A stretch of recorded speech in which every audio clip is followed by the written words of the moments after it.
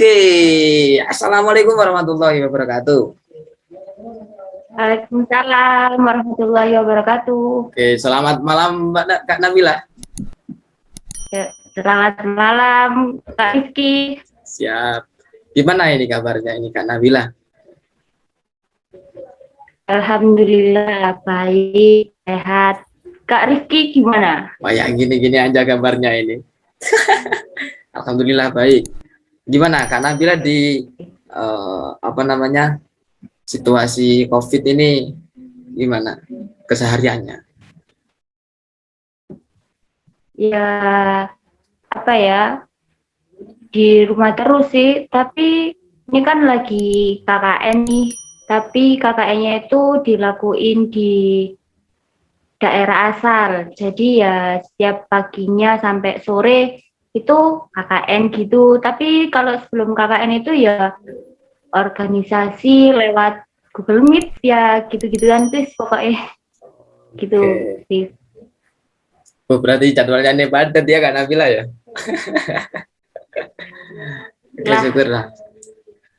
Oke teman-teman, ini kali ini uh, saya mendatangkan narasumber yang mukau ya. Ini Kak Nabila ini kalau di kampusnya di UIN Kiai Haji Ahmad Siddiq Jember, ini mahasiswa terfavorit sekelas tadi. Ya, mahasiswa terfavorit sekampus. Jadi mengapa ya Mbak Nabila yang menjadi terfavorit? Ya nanti bisa dibahas di akhir video. Oke. Saya paparkan Kak Nabila ini tinggalnya di Sidoarjo. Benar ya Kak Bil? benar-benar. Oke, tinggalnya di Sidoarjo. Kak Nabila ini lahir tahun 2000-an. Sama kayak saya, tahun 2000-an. Nggak Terus tua berarti ya. abu enggak lah, 21 ukuran perempuan udah ideal. Kalau laki-laki masih belum untuk menikah tapi. Terus apalagi karena Bila ini sekarang menduduki kuliah di semester 7. Insya Allah nanti di awal semester 8 skripsi di akhir semester 7 atau di awal semester 8 enggak? Skripsi udah selesai. Secepatnya, pinginnya di akhir semester 7 gitu. Oke. Pengennya itu di akhir semester 7. Jadi hitungannya ada 4 tahun. Kira-kira Kak Nabila seperti itu. Kalau saya nggak tahu lagi ya. Gak apa-apa lah. Kak Nabila sama kayak saya semester 7. Jadi Kak Nabila ini yang menarik ini, saya di kelas itu mengambil peminatan di psikologi pendidikan. Kalau Kak Nabila di psikologi klinis. Jadi Kak Nabila ini apa namanya? Saya mintai tolong untuk memberikan materi tentang psikologi komunikasi. Nah, ini teman-teman bisa dilihat di pamfletnya. Sedikit Kak Nabila ini sekarang menjabat di pengurus Medinfo, Media Informasi dan apa Kak? Medinfo? Media dan informasi. Oh ya, Media dan Komunikasi Informasi. Ya, Medinfo, Media dan Informasi Imam Mupsi. Imam Mupsi itu Ikatan Mahasiswa Muslim Psikologi Indonesia bagian Jawa Timur. Nah, ini teman-teman. Nah, tema yang diambil malam ini itu tentang toleransi dalam berkomunikasi di era digital. Nah, kira-kira selayang pandang tentang tema ini adalah teknologi era zaman sekarang sudah merebah ke pelosok negeri, ke desa-desa terpencil. Nah, yang menyebarluaskan itu apa? Ya digitalisasi itu untuk memudahkan urusan. Nah, kalau ini digunakan dengan baik dan benar, maka akan bernilai manfaat. Akan tetapi negatifnya juga banyak sekali. Bisa diketahui negatifnya di lingkungan kita, anak-anak di bawah umur udah bisa mengoperasikan gadget dan sebagainya. Akhirnya belajarnya itu berkurang. Terus selain itu, biarkan Kak Nabila yang menjelaskan. Jadi waktu dan tempat saya serahkan ke Kak Nabila untuk menjelaskan tema tersebut. Kira-kira waktunya 10 menitan ya Kak, nanti disambung sharing-sharing. Oke, Kak Rifki, terima kasih.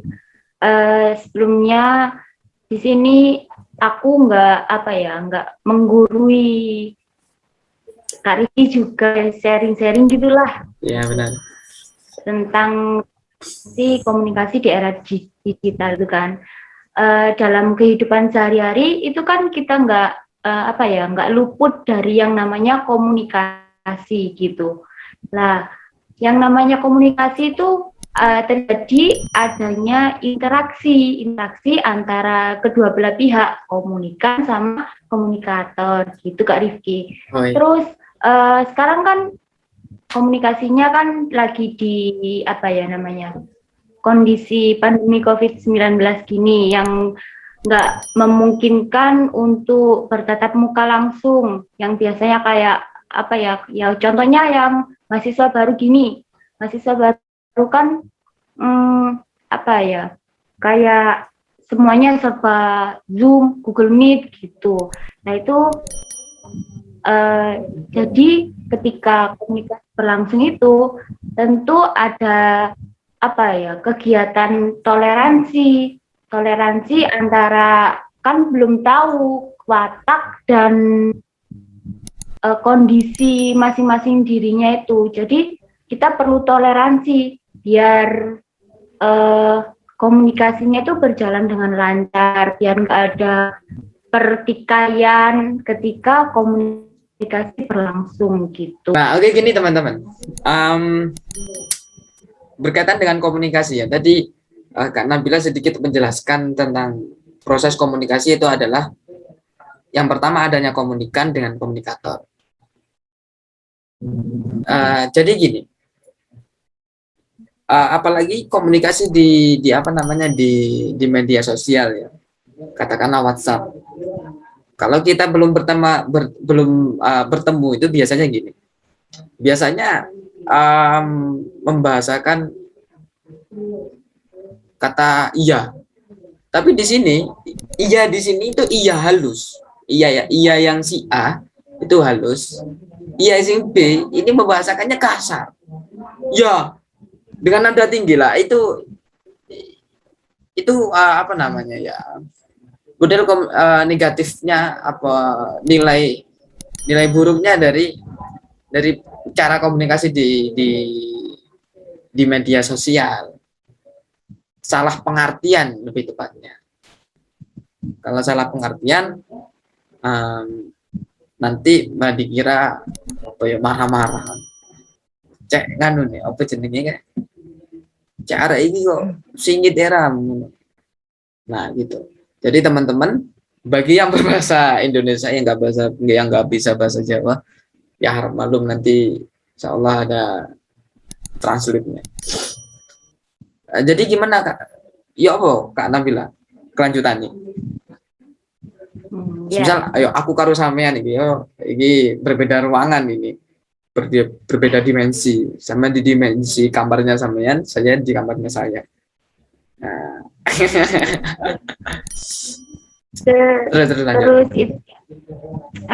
juga ketika berkomunikasi melalui email, utamanya itu email kan belum tahu pasti orangnya kok tiba-tiba kirim email, entah itu kayak urusan penting gitu yang ditujukan pada orang ini, misalkan ditunjukkan, oh ini kamu kayaknya butuh ke orang ini lah, sedangkan orang yang mau kita email itu kan nggak tahu gimana keadaannya, gimana kondisinya mereka di sana, entah itu kan kita juga diciptakan oleh Tuhan Yang Maha Esa itu pada dasarnya ada perbedaan gitu.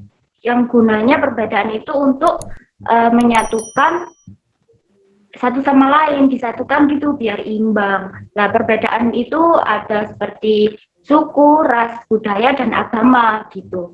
Nah, tapi untuk yang kali ini aku lebih difokuskan ke komunikasi yang antar agama, Kak Rizky gitu. Iya. Ya apa itu? Cek, semisal aku lain agama dari sampean nih, sampean yang notabene dari Islam, saya lain berapa? Kalau toleransi komunikasi dengan lain agama ya, beda agama gitu. Beda agama itu sudah tercantum pada surat Al-Kafirun yang artinya itu agamaku juga agamaku, agamamu juga agamamu gitu. Jadi kita nggak boleh mengajak antara agama satu ke agama yang lain gitu. Wes tetap agamaku ini, kamu ya itu gitu. Paham? Ngerti nggak maksudnya Mas Rifki? Iya, paham. Jadi ayat yang apa namanya itu yang berbunyi lakum dinukum waliyadin itu ya, untukmu betul, agamaku, untukmu agamamu. Itu berkaitan dengan hal ibadah. Pokoknya begitu, Pak. Iya, itu juga bisa digunakan dalam berkomunikasi gitu. Terus lalu gimana yang semestinya berkomunikasi antara agama misalnya non muslim dengan Kristen gitu ya, itu gimana sih tata caranya gitu. Sebagai umat Islam itu kita harus pandai membawa diri kita sendiri, membawa apa ya biasanya itu harkat dan martabat gitu. Ketinggian nggak bahasanya? Enggak. Nanti kalau ketinggian dipotong, tak potong ya.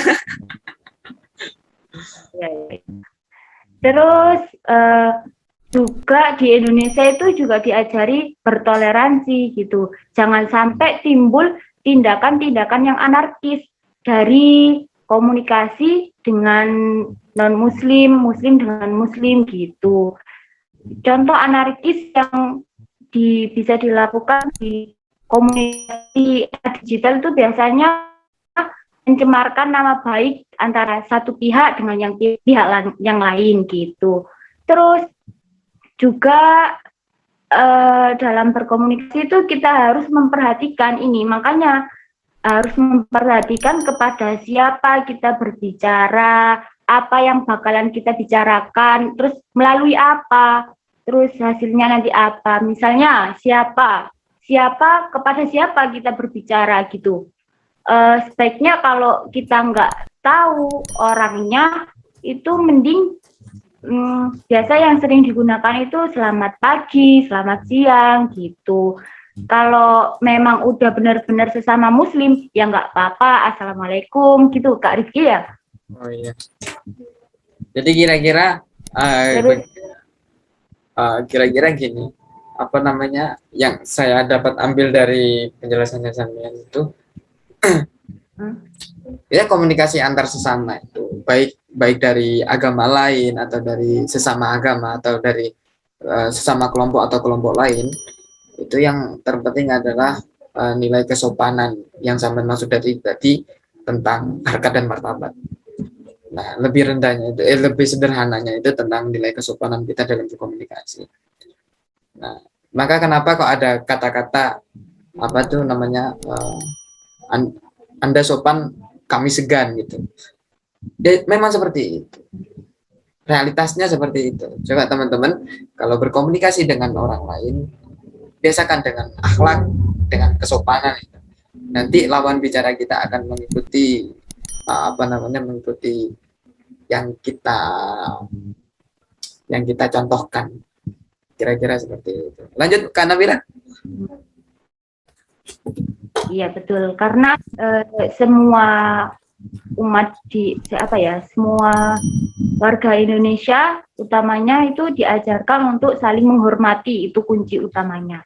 Terus selain itu dalam komunikasi ada beberapa karakteristik seperti proses komunikasi yang di dalamnya itu ada serangkaian tindakan secara berurutan, terus kaitan juga antara satu sama lain dalam kurun waktu tertentu gitu.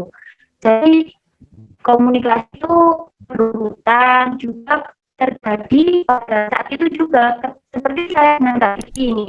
Ya hanya kayak ini saja gitu yang dalam waktu ini aja kita berdua berkomunikasi gitu. Maka dari itu dalam ilmu psikologi komunikasi itu harus bisa memancing stimulus yang itu untuk menghidupkan situasi komunikasi gitu. Itu yang pertama.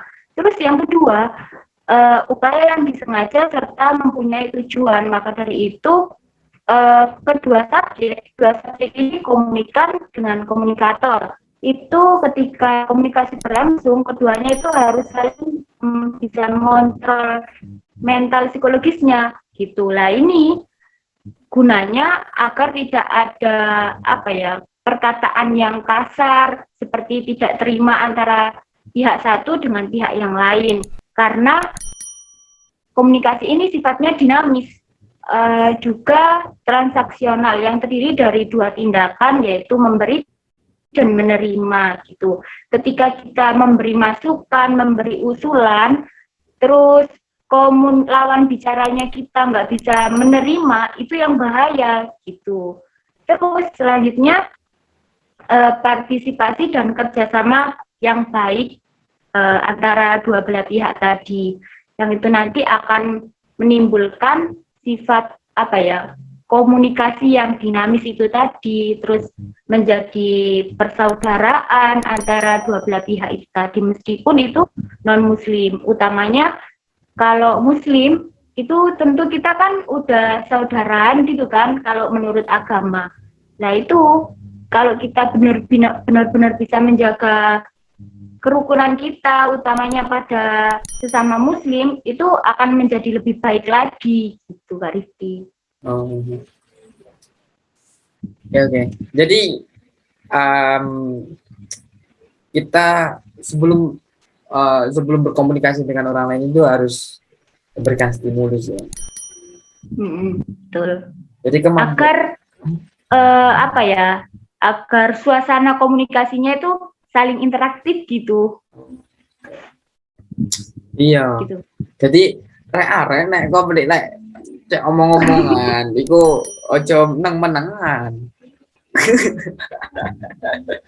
Coba menang, nak dimenang nih, ojo dimenang nih malah. Kita harus membuka diri kita, welcome terhadap orang lain, jadi orang lain nyaman kepada diri kita. Kalau wis nyaman, kena iku atine iku. Ora Kak Nabila tok sing kena, kabeh kena. Oke. Udah Kak Nabila, tapi sahabat, ya itulah. Oke. Oh ya, saya sempat gimana? Apalagi? Jadi saya Kak Nabila, saya waktu itu ikut webinarnya teman-teman Jogja ya, yang di situ pematerinya itu dari dosen kita sendiri. Siapa Bu Arum Maisa, MPSI psikolog, sampai hafal itu titelnya. Karena dosen favorit. 2 mata kuliah nggak lolos aja. Bahaya. Terus. Nah, Bu Arum ini yang saya dapat ambil ya. Bu Arum ini menjelaskan antara laki-laki dengan perempuan itu memiliki kemampuan yang berbeda dalam hal berbicara dan mendengarkan. Kalau yang laki-laki ini lebih lebih telaten dalam mendengarkan. Kalau perempuan lebih sering ngomongnya. Lebih sering lebih suka berbicara, mengutarakan cerita-ceritanya, baik cerita tentang dirinya atau tentang diri orang lain ya. Intinya perempuan banyak omong gitu ya. Bukan banyak omong, tergantung Bukan. anaknya, tergantung anaknya.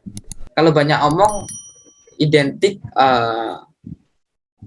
setiap apa yang dikeluarkan dari mulutnya itu nggak bernilai.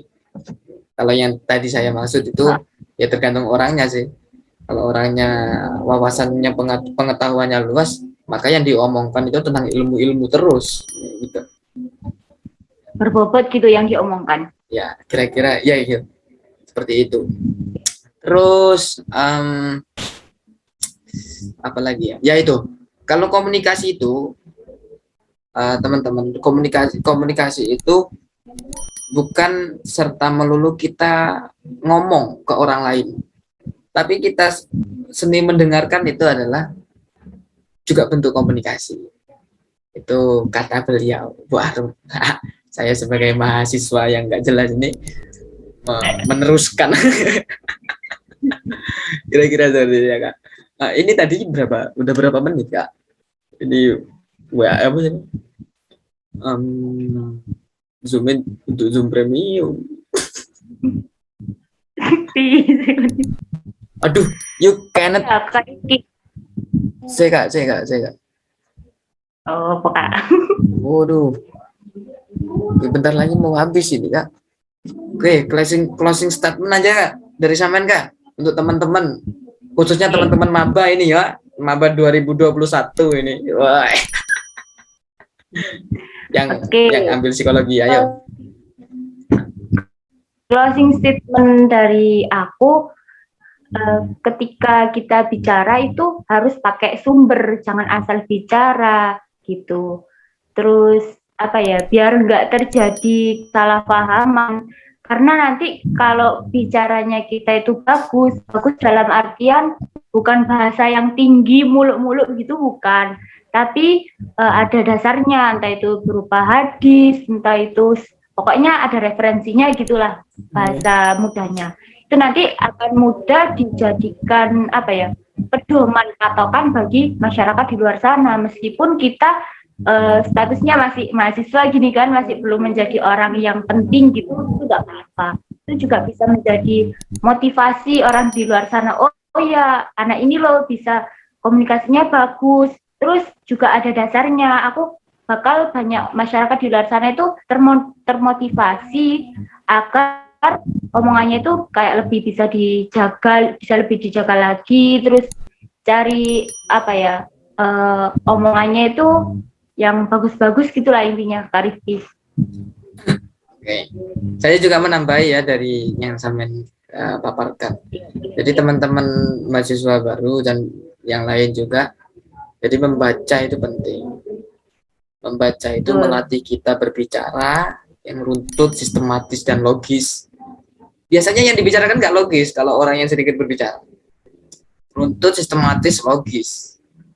Nah, selain itu, kita tampil di depan umum, kita dilihat sama orang lain di depan umum. Fakta wong pede, pede.